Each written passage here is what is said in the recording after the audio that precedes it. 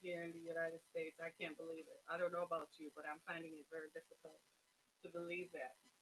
We're also in the midst of summer and what appears to be a resurgence of the coronavirus, something we had talked about back in February and March that this virus was not going to go away and that this virus was here to stay. And right here we are. Here we are, everybody. We're here. We're here. How are you all doing? I trust you're well and safe and that you're wearing your masks and that you are following the dictates of the CDC. I had nightmares last night about the CDC. Please, I'm begging you all, do what they say, right? If they say wear a mask, wear a mask. If they say jump 3 times, jump 3 times. If they come back and retract it, retract it. If then they come back and say wear a mask, wear it. They're studying this virus. And the way that this virus is moving fast and mutating begin to tell you all that is going on. There's actually an internal fight within the CDC. How much should they disclose to the public and how much they shouldn't? And here we are as the public, we're caught up in the midst of this. So the only thing we can do, right, is pray. So if they say wear a mask, wear a mask. If they say stand 12 feet, stay 12 feet. That means for those of us who are not married, we shouldn't be meeting and hooking up with people we just met. Because the coronavirus is spreading through semen. I'm just telling you, so if you're going to have sex, be safe about it. If it's not your long term partner, be safe about it. I'm just saying, just so you all know, because some of us are walking around with the antibodies to the virus and we don't even know that we have it. See what I mean? So, very careful when you are out there in the public. I myself wear a mask. I don't often wear gloves because sometimes it's self defeating, right? But I do keep hand sanitizer in my car and I do try to, as much as possible, to make sure that I'm compliant for myself and for you. Right, but today is Sunday, so I want to talk about through the fire. Okay, I've been searching for something to talk about this morning, and it occurred to me that I should talk about through the fire. Now, many of you know that I have written a book by the same name. In fact, if you look behind me, you can see one of the posters for it. My office is a little discombobulated. We've been on vacation, all the mail and so on just got thrown down. So forgive me, it hasn't been sorted. We haven't gone through anything. It's still looking like because it's not regular, right? But this is not a regular season, is it? By no stretch of the imagination can we refer to this as a regular season. There's nothing typical or regular about the season that we're in. I believe that it took most of us by surprise. We didn't know if this was coming, we couldn't have foreseen it, and we didn't know what to do. And so we looked to our leaders for guidance and for support and to tell us where to go, what to do. And even when it became obvious that that wasn't forthcoming, we looked to other sources. But the one source I know that is verifiable, the one source that I know is never going to disappoint is God. So when the virus became an issue earlier in the year, towards the end of January, I thought this was something that we needed to look at. So I went and looked around and I saw where it was trending in China. And because I thought, well, it is far away, but people do travel back and forth from China, there is a possibility that it might land here. But then I went to pray about it. I went to the ultimate source, the source, God. I went to pray about it. And in early February, the Lord took me to the scriptures in Exodus chapter 10 that talks about the plagues. At the same time that the virus was moving around through the earth, you know what else was going on? The locusts were coming, the climate change is bad, unusual weather phenomena. It was just a crazy, crazy, crazy time. I kid you not. And as we looked up onto the hills from whence cometh our help, it was clear the Lord was speaking that this was eventually going to come to the U.S. and that it was airborne and that we needed to take matters into our own hands because there was no leadership coming. So before they started talking about the possibility of it being in America, well, by the time the news media started, I was already shopping. I had already gone and bought all the bleach I could, the disinfecting spray, and all that kind of stuff. And then I thought about food because, I'm like, we go to the supermarket when you need to. I don't want to keep a lot of food on. But then I have a freezer. So I plugged the freezer in and stocked up. I kid you not, just a matter of preparation. I knew it was going to be bad. And when the virus finally came to Michigan and to New York and so on, I knew how bad it was going to be, and I prayed fervently that people would listen and take heed. But no, people wanted to be liberated. The leaders said that liberate Michigan, liberate Minnesota. People thought that that was something they should do, and before you know it, like me and everybody else thought, this was going to get bad. And now here we are. We're in a resurgence. This is not the second wave. The second wave is the wave in the fall. We're in a resurgence of the virus, something that was entirely preventable. More lives are going to be lost because here's the deal. Once the virus hits, the mortality rate lags behind. So when the cases went up, people started saying, well, at least nobody's dying. Well, it's not just that we had gotten better at treating the virus, it's also that the mortality rate lags behind. The virus changes when it goes into each environment.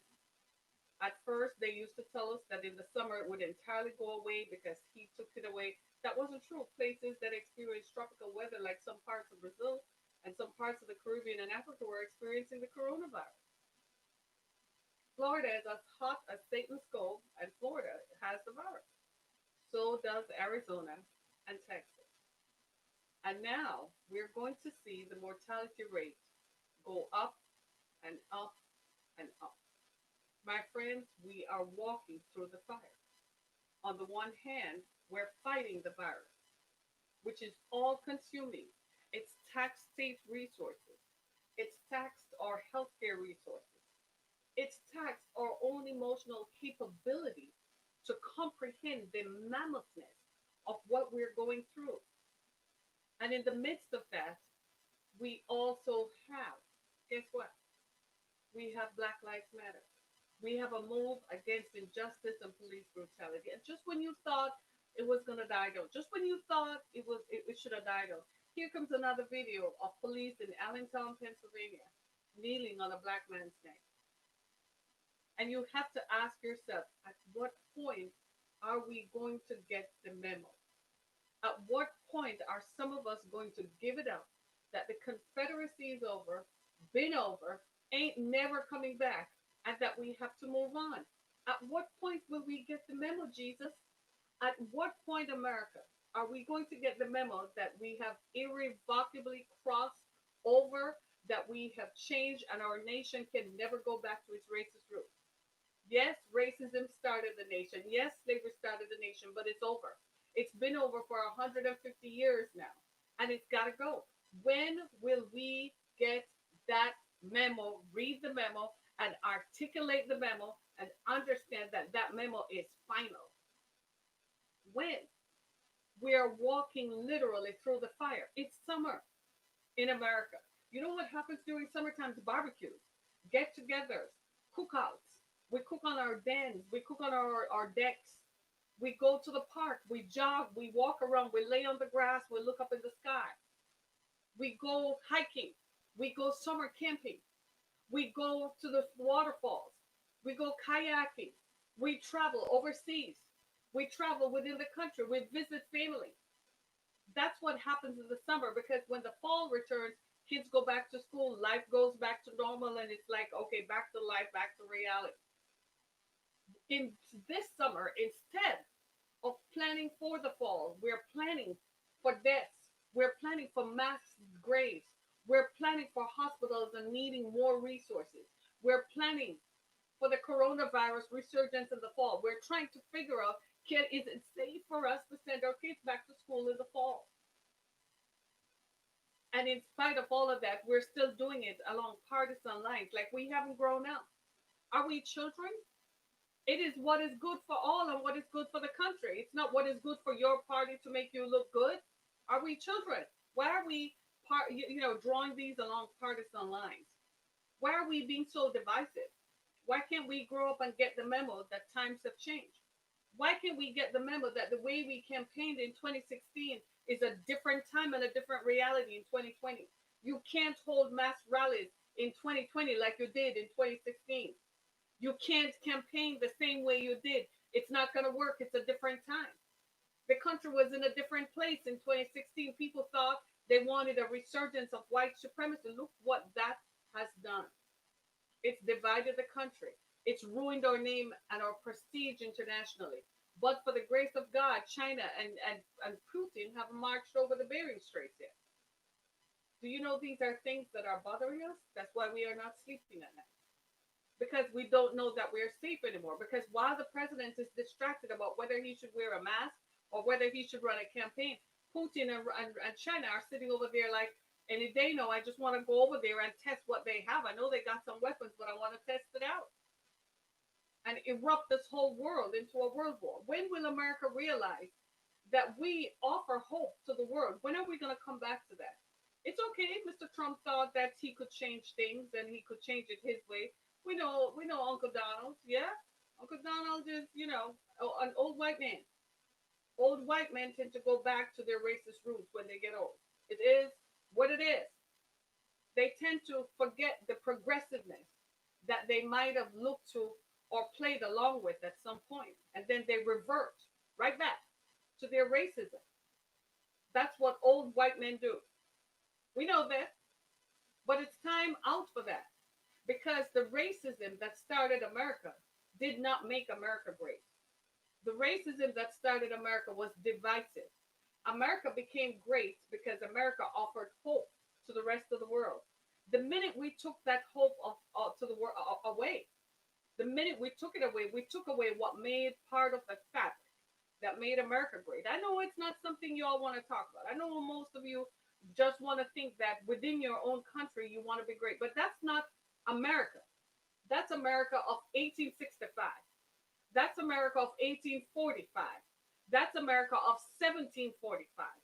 The America of 2020 is the America that has to be a safe haven for the world. It's the America that has to offer safety to all. It's the America that has to offer hope. In the words of Ronald Reagan, be the shining city on a hill, not the tale of two cities, but the America that is able to spread hope and peace and joy. God had to create a country that everybody in the country wasn't killing each other. God had to create a country that wasn't run by dictators who at their whim and fancy can order a military strike, who at their whim and fancy go send mass groups of people to concentration camps or send mass groups of people and immigrants to be locked up in cages.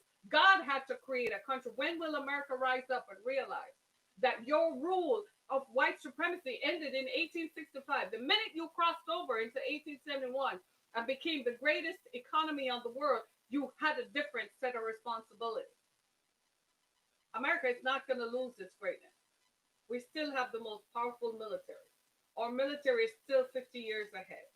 No matter what Mr. Trump tries to cut Pentagon spending and cut defense spending, the rest of the world has 50 years to climb up to us. So we're not going to lose our greatness. Let me hasten to reassure you. But we're at a tipping point in our nation. We are walking through because we still are allowing ourselves to be held by the burdens of the past and the chains of the past that enslaved people. And we refuse to let those chains go so we can walk into the future. The future of the world is up ahead of us. We are the future. A world led by people who are multifaceted, multi-ethnic, not just one group of people holding the power. Those days and times are over. We tried that for over 500 years. It got us nowhere but the enslavement of one group of people after another, and a system that we now refer to as systemic racism. That has got to go. It is gone. Why are we still holding on to it? Let it go, America. We even went as far as electing a black president. You know why? He wasn't even really black. He was biracial. He was black and white at the same time. Europe rejected him. Northern Europe rejected him because Northern Europe is what created white supremacy. They didn't like the idea that this upstart country would dare elect somebody who did not look like their ancestors. How dare them? Then we elected somebody right after who was old and white, looking just like them, but he didn't know anything. So they're like, what's with this upstart America? Well, it's time for us to teach America a lesson. After all, we are their parents. Europe, sit down. Sit yourselves down. We still have the greatest military on the face of the earth, and we will come calling when you mess with us. Don't play with America. We still have the buttons. We still got the triggers. Don't trigger us. See how we're dealing with our own internal strife? We don't deal with it like the rest of the world. We don't call out the army on the people. The president was wrong back in June when he did that. That's not the American way, and he will pay for that. Somebody's going to pay for that. At some point, heads will roll. That's why we're walking through the fire. You're watching us publicly expose ourselves to the world of how we deal with our own internal struggles. We're struggling to come out from under the cover of racism. We're struggling to come out from under it, but we will get through it. Because when you go through the fire, you don't stay in it. You come out of it and you walk right out of it. It's at a very dangerous point right now. All of us, regardless of who you are, we need to pray to make sure that we come out of this. Everybody is on edge right here in the city of Detroit just a few days ago. A young man is walking down the street, two of them. The police looking for one of them. The police found their guy whom they were looking for, but his friend decided that he was going to take on the police. Now, I don't know why you see a whole carload of people with guns and you're going to take them on. Not even I am that brave. And he fired. He pulled his gun and fired at the cops. They fired back. He died. But he pulled the gun on the cops. He's wrong. Everybody's up in arms. We're at a tipping point. The police chief in the city of Detroit had to release the body cam footage to prove to the community that it was justified, that the officer involved shooting was justified. Are you hearing me? I've never seen body cam footage emerge so quickly. I told the people on Facebook, go home. You're fighting the wrong battle. That's not the battle that we need to fight at that time. While you're moving through this, you got to know, it's like pick your battles. You have to know which battle to fight and which one to leave. That one Friday evening was not a battle we needed to fight because there's something more coming down the pipe, and we're going to need the police to keep the peace, especially here in the city of Detroit. It's boiling over and tipping over. My only prayer is that somehow we are going to get out safe without losing our edge, without losing our focus. I pray that even now, while we're marching, that there are still people who are sitting and watching Russia and watching China and making sure they don't come within an inch of our shores. Do I have a witness in here? Can you hear what I'm saying? I pray that you open your ears to let the Bible says who has an ear to hear, let him hear what the Spirit of the Lord is saying. I'm saying, I am hoping that while we are fighting internally and these internal fires and struggles are going on, that there is somebody somewhere who are watching to make sure China and Russia don't creep up at our most vulnerable moment. We're in the midst of a fire that is roiling from coast to coast. Part of it is called the coronavirus. From north to south, we're in the midst of a struggle to emerge from the bonds of slavery. Come on now, America, we're in it. We're in the fire. But here's what the Bible says in Isaiah chapter 43. The Bible says, when you go through the fire, I am with you. When you walk through the fire, I am with you. God is with us, America. Let's not lose sight of who called America to be great. There is a reason why America cannot be found in scriptures. How could we be found? We were this city, lost on a shining hill. We had to be hidden so the rest of the world wouldn't come and tear down the hope that God has created in our hearts to welcome people from all over the world, people who are running from strife, from violence, from wickedness and wars and poverty and hunger. And we welcome them and make this country great. Come on now, America, rise up. I speak to Stephen Miller in the White House, the architect of immigration. Where is your God? Where are you? Where is your love? Where are you? How could you be so cruel? You yourself are descendants of Russian immigrants, Russian refugees who came to this country looking for hope. Hope, therefore, America, we will stand. The republic will stand. I'm here to assure us all the republic will stand. Yes, we are fighting.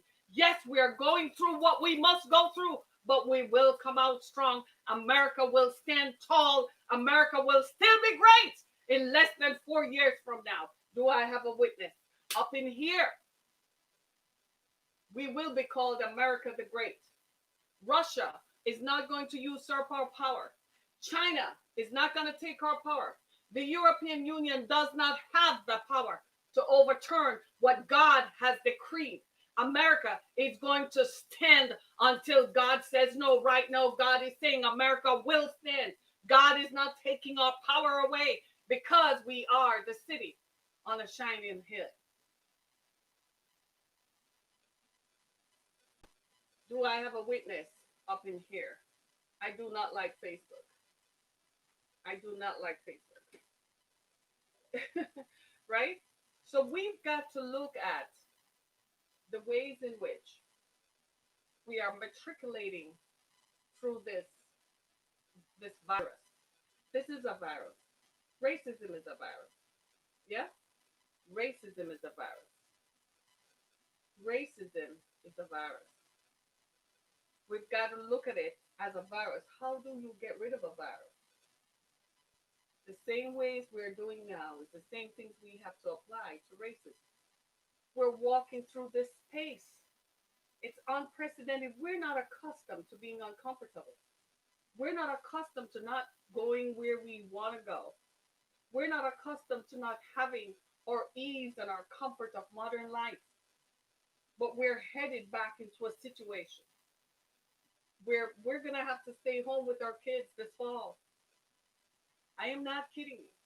If I had young children this fall, they would not be going out to school. For the first time in my life, I was grateful that my children are not young. Can you believe it?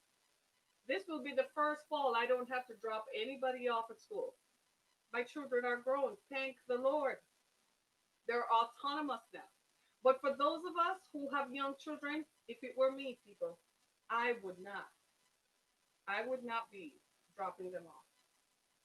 I believe that we must come to some decisions. We need to stop being divisive. This is not about red party or blue party. This is about the good of all of us. We should embrace that. We need to wrap our minds and wrap our hearts around that. We need to understand that this is not about me and it's not about you. It's about all of us. What is good for our country right now is we must all wear a mask. What is good for our country is that we can't send the kids back to school into situations where, especially young children under 8, have you ever been around them? They touch everything. They're always coughing and sneezing and sniffling and touching everything that they come in contact with. And you really want to send those precious little souls, those precious little bodies, into a virus where they could contract a virus and then you don't have them anymore? Do you want to be the parent who is standing by a hospital bed? Somebody posted on Twitter that the reason politicians are thinkers is because their kids don't go to public school. That is true. So they don't know what it's like. Their kids you can afford to homeschool. I think the government needs to make it available. We're walking through the fire, America. It's up to us how we're going to come out of it. We got to let go of some of the stuff that doesn't work. You remember back in the spring when people wanted to march on Lansing? Yes, they did. With their Confederate flags. I said it was going to backfire. I said it was going to, we were going to pay for it. I said this was going to backfire. Has it not backfired? Within a few months, we're having marches. Within a few months, white nationalists have risen up. I said it was going to backfire. I said at the time we were opening too soon. We needed one more month. But you were all in a hurry to go get your white, what is it, French manicure, and to go get your haircut, and to go out to eat. And now the virus is roiling and running rapid fire through our communities all across the country. Do you know some people are not going to wake up tomorrow? Do you know that within the next few days, This is the week after July 4th weekend. So by the end of July, by the end about the 27th, 31st to the 31st of July, we will start seeing the fallout from the coronavirus and July 4th. Are you ready? Are you ready to see people whom you've loved and respected all your lives? Are you ready to see the rest in peace messages on your Facebook post? Are you ready for that? Are you ready to lose whole members of your clan and your family? Are you ready because you all gathered together for July 4th and because of our culture? We're so accustomed to spending family reunions in the summer. And we did. We gathered together in the summer. We did. Yes, people, we did. Whether we did it on our decks or in our backyards, we did. Whether we did it by the pool or we did it by the lake, we did. Whether we did it on a boat or we just did it on in the little boat in your bathroom, we all gathered together. We're gonna pay for this, and it's gonna come. And we're still walking through the fire because we were hard-headed people. We wouldn't listen. We stopped. The very people who are supposed to teach us to look upon to God, they were the ones leading the march that we needed to be liberated. How could that be? Were they not listening? Did they not see the signs? Did they not hear the signs? It made me wonder when I saw preachers saying we must be liberated and suing the governor to reopen churches. And I'm like, if you have a message, find a way to deliver the message. You could have sent the message on Facebook to all your people. They would have found you. But you were marching for the wrong cause because you weren't listening. We should have stayed home. We would have stayed safe. Had we stayed home and stayed safe, we wouldn't be seeing this. The states who ignored the warnings and who did not wear masks and who felt that the economy was more important are the very same states that are now going through it. You got to understand, our president is a businessman. He owns hotels. He can't afford for the economy to be shut down. When the economy is shut down, there's nobody going to his hotels. There's no travel. There's nobody playing golf on his golf courses. There's nobody staying in his hotels. Nobody eating in his hotel restaurant. So of course he wants the economy to reopen. It's self-serving. It's not about you. It's not about getting people back to work. It's about getting his businesses and getting his businesses jump-started. Because while his hotels sit idle, those bills still need to be paid. You still have to pay the mortgage on the property. Just like you running your own church. You still have to pay the mortgage on it. You still have to pay the light bill. You still have to pay the water bill because it's not just that you use less water in the last 3 months, it's that you've been using water for the last 20 years. You still have to pay that bill. Your property tax is still due. So when politicians say reopen the economy, they're self-serving in a way. They're talking about their own businesses. What does that mean for you and I? You're sitting there and we feel powerless. We don't have the money nor the power. We can't change anything. So we end up going back to work and end up what? Losing our lives. Do I have a witness? I kid you not.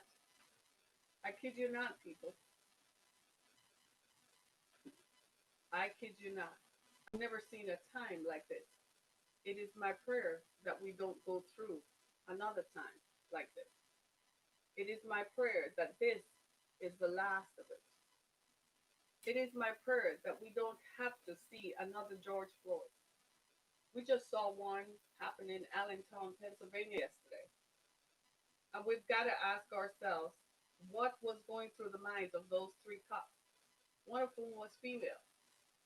You have to ask yourself, are you so full of hate that you made sure you knelt on his neck? Did you so caught up in the moment? You don't think? It's like I watched the body cam footage of the shooting in Detroit. And I kid you not, one of the shots that the young man fired, it seemed to have missed the cop's head. You know, at the end of the night, I had to think about it. That cop got to go home to a family. They weren't standing around his body. They weren't identifying him at the morgue. He got to get in a car and drive home to his family. My God in heaven. My God in heaven. The violence that is sweeping our streets and that is in our streets. So you got to ask yourself, well, what does the Bible say about this? So let me read to you what it says in Isaiah chapter 43. It says, "But now says the Lord, and he who formed you, fear not, for I have redeemed you.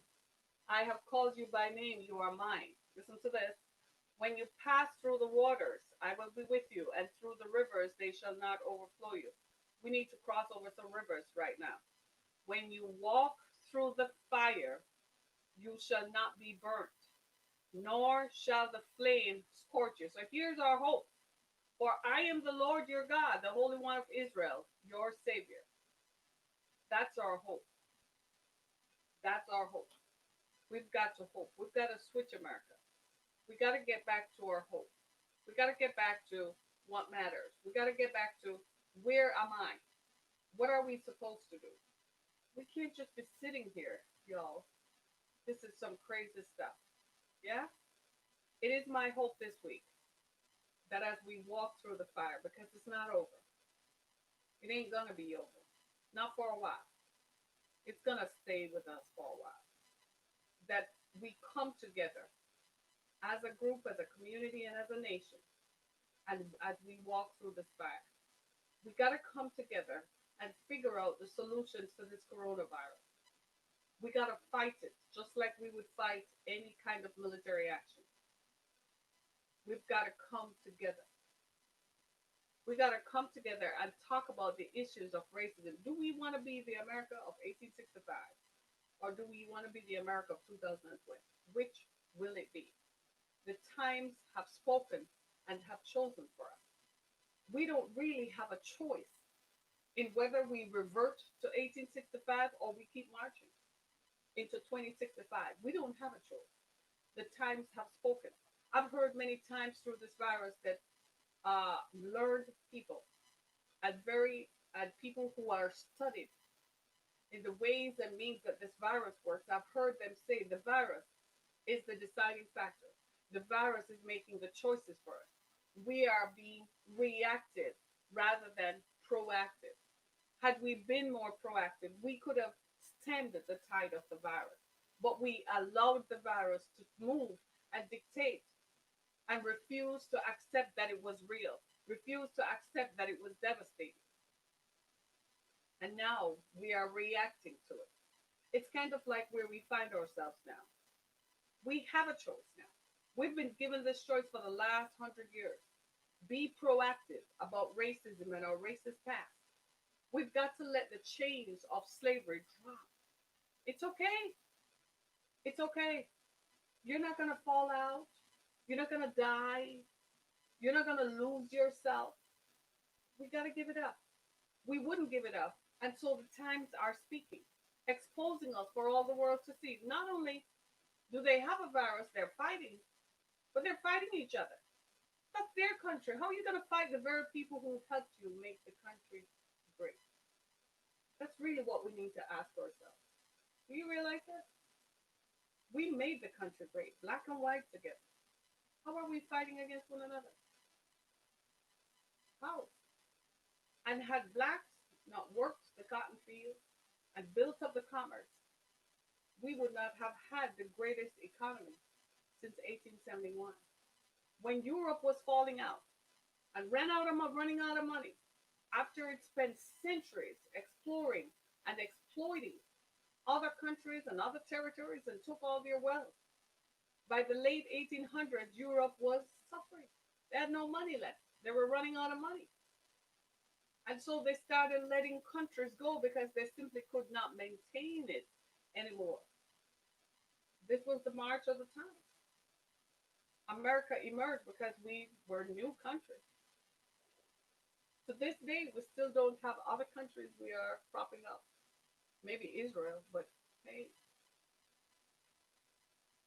So we're still maintaining our wealth for us.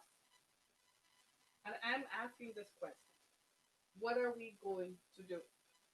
What choices will we make? It's very clear to us that something is wrong. It's very clear to us that we're walking through the fire. But what are we going to do about it? Are we going to sit back and let our country just fall? Or are we going to be proactive and take the reins of our country? We have a mandate here. We're the hope of humanity. We have a mandate here. We feed the hungry. We take in the broken. We prop people up. We create opportunities. That's our mandate. We give others hope. You can't destroy that. You know, when you put this into context, it's kind of like, how about you? Do you give others hope? When people come around you and walk away, do they leave you feeling better about themselves?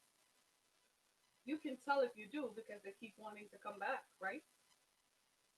Do we do that? Do you do that? It's kind of like even in your own situation right now, we're about to face a housing crisis that has not been seen since World War II. People are about to get evicted, not just in Detroit, Michigan, but across the country as a result of the coronavirus. As restrictions lift, people are going to find themselves, y'all, homeless, something that terrified me. 110 million Americans live in rental facilities. That shouldn't happen. We should have 47 million Americans living in rental facilities. Why are so many people renting? They're not earning enough to make a down payment on a home. Do you see where I'm coming from? We're walking right into the fire.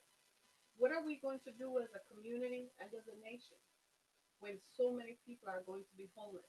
Whole families are going to be homeless. This is what we need to think about and find solutions for. Because when you sit down as leaders of government and as public policy leaders, these are the questions you ask yourself. It's not always just about going to the party, playing golf with so and so, and hanging with so and so. It's that you sit down and anticipate. That's what being a leader is having the vision to look down the future and see what could come and have a plan to minimize and mitigate the effects of such things. That's what being a leader is. That's why you go to all these conferences. That's why you sit down in meetings. You kind of come up with, what if this happens? What do we do? Where do we go from here? Now, what are we going to do about this housing crisis? Here in the city of Detroit, they have ramped it up a little bit. They're trying to, if it starts happening, find more places to put more people. If they come in, if they reach out, this is what we're going to do. What are people going to do when you can't get in touch with anything because you don't have anywhere to charge your cell phone? You can't go anywhere to charge your cell phone because the restaurants are closed. Hello? You can't go somewhere to use the bathroom because everywhere is closed. Hello, somebody. Hello, we're walking through the fire in the midst of the summer. We're walking through, it's almost like hell. We're in it, America. The way we're going to get out of it, we've got to come to terms with how we got here.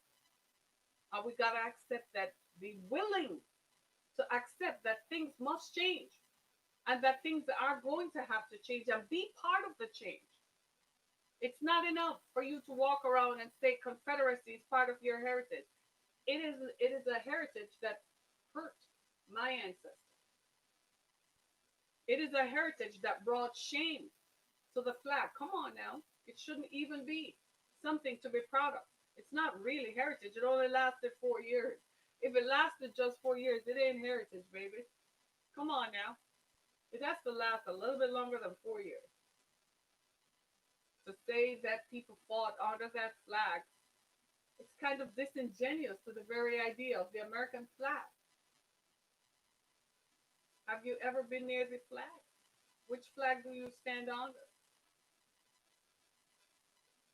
Look up at the flag. It's still wavy. Our republic is still here.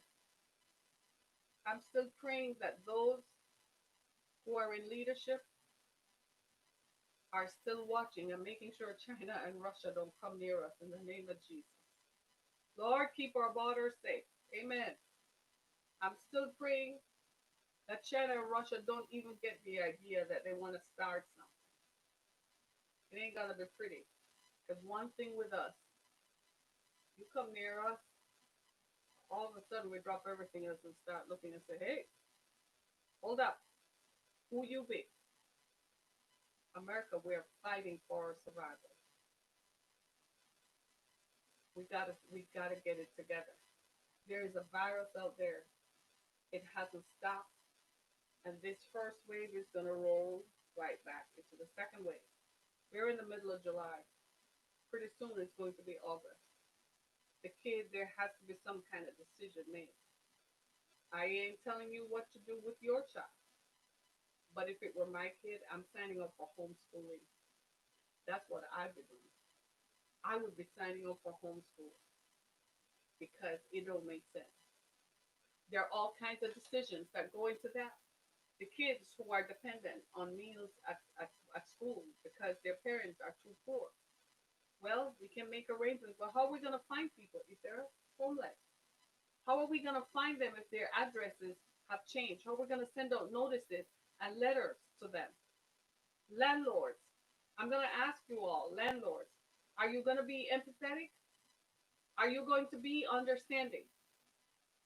Are you going to not put people out and understand that you're creating a problem? Are you going to enter into a contract with them and say, okay, the old contract is done. We sign a new contract right now. We're going to send massive amounts of people out into the street. And I dare say, as you evict the current crop of people you have, the new people you have coming in are not going to be much better. You're going to be evicting them too because there is no sustenance. There are no jobs. All the service jobs have dried up. People won't be able to go back to work because the virus is ruling our lives. We have given our self-power or self-rule over to a virus. And the virus is just weaving through and through because it has no organization, has no structure. Its sole purpose is destruction. Wherever it goes, it destroys. It came to Michigan, it destroyed our unity as a state.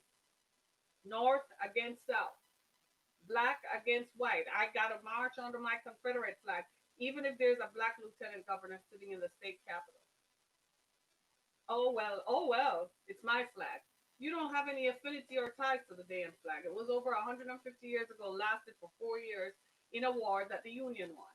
And you're still talking about it. That's not your heritage at all. You're clinging to an idea that does not even exist. It is the truth. It's a sad truth. Say you're clinging to an ideology that makes white supremacy work. I can respect that. But to tell me you're clinging to a flag that has no power is unbelievable. It's kind of like, you see what I'm saying? Here we are, America. We're in the midst of this fire. And we are waving and roiling through our country. What are we going to do about it? What are we going to do? Are we going to let the fire continue to burn? Or are we going to put the fire out bit by bit by bit? I leave you with the words of Isaiah 43. The fire will not consume you. Yes, it's going to burn. Some of us are going to be scorched. Some places are going to be torched. Some of us are going to feel like the fire is literally running up and down our skin as the coronavirus sweeps through our families, sweeps through our communities. We're going to drive through our cities and towns and see businesses whom we used to love and enjoy and see them closed permanently. It's bothering me. Yes, it should bother you too. All these mom and pop business that people put all their life events in, everything that they earned from that business made their lives work. All of that is gone. It bothers me. And you're blaming the politician who chose to shut the state down so you can live. Lose your attachment to it. Have life. Life is better. Look at Michigan State. The state of Michigan had a governor who refused to do anything else but listen to the signs. You know what happened? We have lower cases of coronavirus. Then they put pressure on her to reopen, and she said, okay, how about it? Now we have reopened too early, and the cases are spiking again. A classic case study. Do you see what I'm saying? And now, Arizona, Texas, and Florida. Wow. I take a deep breath, y'all. Breathe, America. We're going to get through this. We're going to get through this. We will get through this. We will get on the other side. But we're going to have to come to terms with what this virus has exposed. Had the coronavirus not happened, most of us would not have had the time to sit down and watch the George Floyd video. We would not have. We would not have seen that racism is so endemic, it's systemic. We would not have taken the time to understand it. And now that we do, we realize we have to do something about it. So right now, we have to go back to the source, looking up onto the hills, looking up onto Jesus, the author and finisher of our faith, looking unto him to lead us through this time, to lead us through this fire. Wear a mask, yes. Wash your hands, definitely. But we gotta get through this on the other side. Keep it moving, America. Gotta keep it moving. I pray for all of us. I pray that we make the best decisions for our cities and our communities. I pray for the folks who are suddenly going to find themselves homeless roundabout from the 15th of July onwards. I pray that as a community, we will wrap our arms around the people. We will not leave the people and their children on the streets. I pray that the violence in the streets will stop. I pray that the aggression will stop. I pray that we come to terms with some parts of our past that, though uncomfortable, we must reconcile. I pray that we come to this part now where we got to move, and it's called reconciliation. It's going to hurt. We're not going to like it, but we're going to have to reconcile. We've come to this part, and we got to reconcile because we got to get through this fire. My name is Harriet Kimmick. Go to my website, harrietkimmick.com. I encourage you, if you have the time, go and get a copy of my book, Through the Fire. I did write a book called Through the Fire, unaware of Isaiah 43, and 2, I became aware of it later. Through the Fire is available on Amazon.com, on BarnesandNoble.com. And as usual, go to my podcast page on Spotify, iHeartRadio, and listen to my podcast and support us as we continue to bring this message to you. Thank you so much. Today is Sunday. If you are able to, go out, enjoy the Sunday, and pray for us. We're going to need it as we walk through the fire. Thank you so much, everybody. Be blessed. Thank you so much.